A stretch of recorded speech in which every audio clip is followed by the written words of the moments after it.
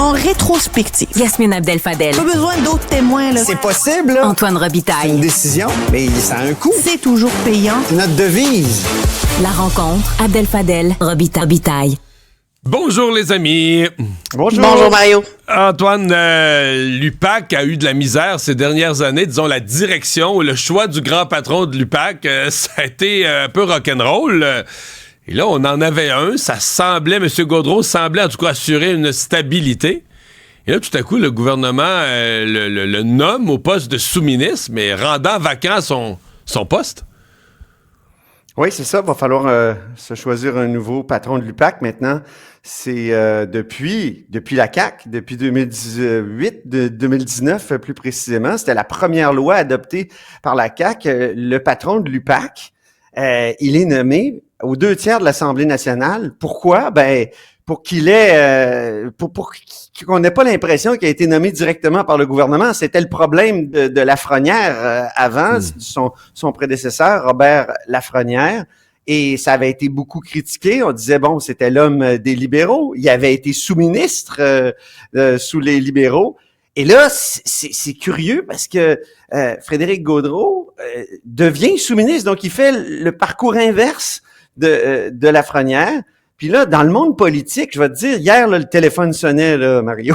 Tout le monde se demandait, mais qu'est-ce que c'est que cette nomination? Parce que Frédéric Gaudreau, c'est le deuxième patron de l'UPAC, on l'a dit, mais il s'est illustré plutôt en éteignant des enquêtes importantes, politiques. On pense, par exemple, à l'enquête Justesse.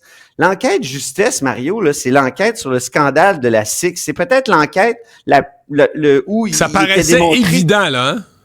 Ah, c'était incroyable. Il y avait même eu un reportage de l'émission Enquête à Radio-Canada où tu avais des policiers qui, à la caméra, avec leur épinglette de la SQ, disaient, ben oui, il y a de l'argent qui a été donné à des organisateurs libéraux, ça a transité par la Suisse. Écoute, c'était tellement évident.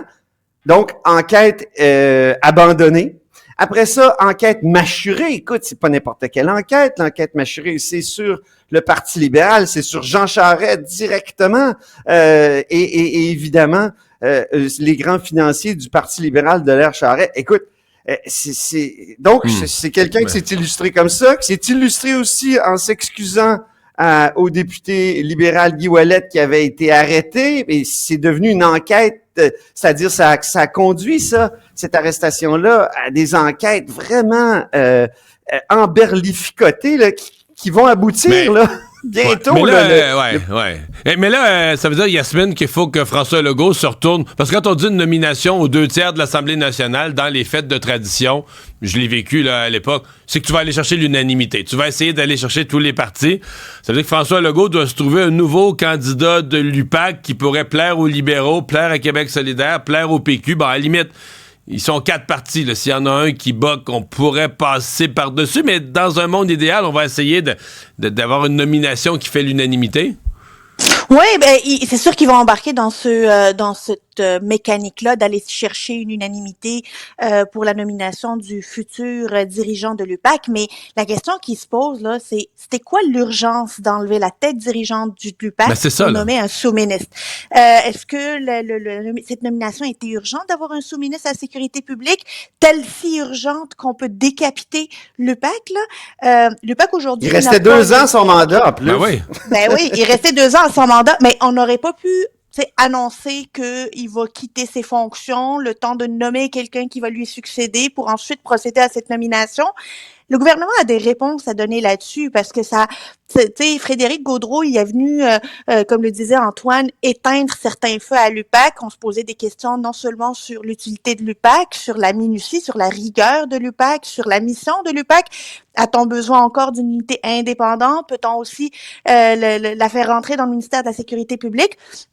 Et il a réussi à faire éteindre tous ces feux, à faire passer toutes ces questions-là. Puis maintenant, il part. Pourquoi il part? Est-ce que c'est parce que le gouvernement a d'autres idées pour l'UPAC? Il y a trop de questions pour que le gouvernement demeure silencieux. Ils peuvent pas juste s'attendre à ce qu'une nomination va passer comme ça au Conseil des ministres, là, puis qu'on va dire c'est pas grave, l'UPAC, il n'y en a pas de dirigeant. Mais est-ce que l'opposition semble prendre le mort aux dents, Antoine? Ben, il y a des questions qui sont posées. Tu sais, Jennifer Macaroni chez les libéraux se demande qu'est-ce qui se passe, pourquoi à ce moment-ci. Andrés Fontecilla de Québec solidaire dit qu'il est ce grand patron de l'UPAC, c'est sur Twitter, nommé par l'Assemblée nationale pour garantir sur X, pour garantir la transparence et impartialité a été remplacé. Pourquoi ce changement soudain? Donc tout le monde se pose cette question-là, puis tout le monde se dit il y a l'issue de l'enquête du Bureau des enquêtes indépendantes. Vous savez, je sais, c'est compliqué, mais c'est parce que c'est une enquête sur l'enquête sur l'enquête. Écoute, c'est vraiment compliqué. Mais c'est l'enquête sur l'enquête sur la fuite sur l'enquête. C'est ça. OK. C'est ça que c'est. Il manquait la fuite, oui. C'est ça. Il y a eu une fuite sur l'enquête mâchurée. Sauf il y a eu une enquête sur la fuite. Et là, l'enquête sur la fuite a été bordélique. Donc, il y a une enquête sur la fuite sur l'enquête. Donc, aux gens qui sont mêlés, changez pas de poste. Restez avec nous. Depuis 6 ans. Et t'imagines si dans ce résultat d'enquête-là, ce rapport d'enquête, M. Gaudreau est pointé du doigt, puis lui, il est sous-ministre. En tout cas, ça, c'est une question, c'est une autre affaire. Hey, il faut se parler, Yasmine, de cette situation absolument inusitée. Il y a une élection partielle qui se joue dans l'ouest de Montréal, dans la salle Villemort, dans le sud-ouest. Tout le monde pense la gagner, là. Les conservateurs, les libéraux, le NPD, le Bloc, tout le monde semble énervé. Sauf que là, il se passe quelque chose. J'ai jamais entendu une telle affaire. Il se passe quelque chose de vraiment spécial dans l'équipe de M. Trudeau.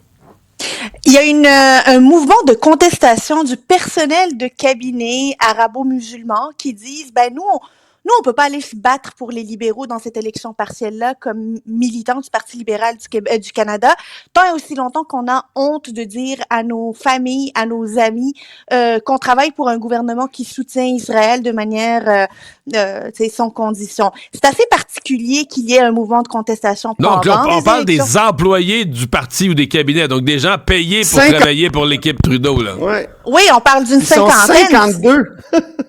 52 qui ont signé une lettre, qui la remettent à Justin Trudeau.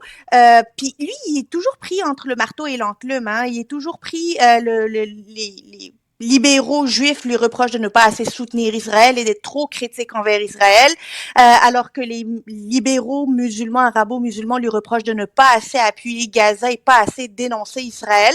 Et finalement, il y a une fuite des deux communautés, disons, non seulement auprès de l'électorat, mais là, on voit que ça touche le personnel de cabinet. Justin Trudeau va pas plier devant ce personnel de cabinet-là, mais qu'est-ce que ça va créer? Est-ce que ça pourrait créer un exode dans les cabinets, là, un mouvement de contestation où ça démissionne en bloc? C'est pas des bonnes nouvelles à l'heure de la rentrée parlementaire où Justin Trudeau veut relancer son gouvernement. Mais là, Antoine, un parti politique, là, c'est de mobiliser des milliers de bénévoles, puis c'est déjà toute une opération de motiver. Ouais. Quand tes employés qui ont une paye à toi 2 jeudis sont plus fidèles à toi, je sais pas, me semble que c'est mal parti, là. Absolument. Puis ça fait suite aussi à un groupe arabo-musulman qui a retiré son financement du Parti libéral du Canada. Puis de l'autre côté, il y a Anthony Housefather qui est un peu le porte-à-parole d'une sorte de caucus juif au sein du Parti libéral qui dit qui a critiqué son parti. Donc c'est vraiment difficile. Puis il y a la Gay Pride récemment. Hein, le Parti libéral n'est pas allé à la fierté parce que il y avait une obligation comme de si on entrait dans ce défilé-là de dénoncer Israël. Alors, je trouve que ça rend la vie impossible à ce parti-là. Moi, j'ai fait des téléphones hier. Plusieurs m'ont dit, écoutez, là, les 52, là, c'est pas des gens qui auraient travaillé de toute manière dans la salle Émard. C'est du monde de Toronto, tout ça. Et donc, on essaie de relativiser ça, mais de toute manière, là, sur le plan des votes, ça devient très difficile pour le Parti libéral du Canada. Ça fait partie des nombreux défis de ce parti. Et ce qui est particulier, c'est que la candidate libérale, elle s'appelle Palestini. Mais c'est une Italienne, ça n'a rien à voir. C'est vrai, hein? C'est un hasard. Il nous reste 1 minute. Antoine, t'as écrit là, pour les gens qui veulent avoir ton point de vue complet. Tu t'inquiètes de la mainmise, le fait du nombre de candidats importants à la course à la chefferie du Parti libéral du Québec qui viennent. Oui. D'ailleurs, les 2 meneurs viennent du Parti libéral du Canada. Oui. Je pose la question, est-ce que Charles Milliard, lui qui vient de la Fédération des chambres de commerce, est-ce qu'il pourrait jouer cette carte-là? Je suis le seul vraiment PLQ, tatoué PLQ qui vient pas du PLC? Moi, je pense qu'il pourrait jouer effectivement ce rôle-là. Il a été vice-président de la Fédération des jeunes du Parti conservateur. Il a été agent donc, il a été agent aussi, oui, c'est ça, d'un candidat du Parti progressiste conservateur au début des années 2000. Donc, lui, il peut dire, je viens de la filière plus Charest, si tu veux. Donc, pas inféodé au Parti libéral du Canada. Et c'est une vieille histoire, je remonte dans ma chronique là à l'espèce de scission qui a eu lieu il y a 60 ans maintenant, 1964. Jean Lesage avait dit faut séparer les deux partis parce qu'il est devenu impossible avec l'affirmation du Québec que le Parti libéral du Québec soit complètement lié au Parti libéral du Canada. Donc, allez lire ça. Et Charles Milliard, oui, c'est une exception actuellement. Ben, il y a Antoine Tardy aussi qui vient de la filière conservatrice, hein, qui Absolument, est conseiller politique Ouais. pour Alain Reyes. Là, lui aussi, il vient de la filière conservatrice fédérale. À suivre. Merci. À demain. Bye bye.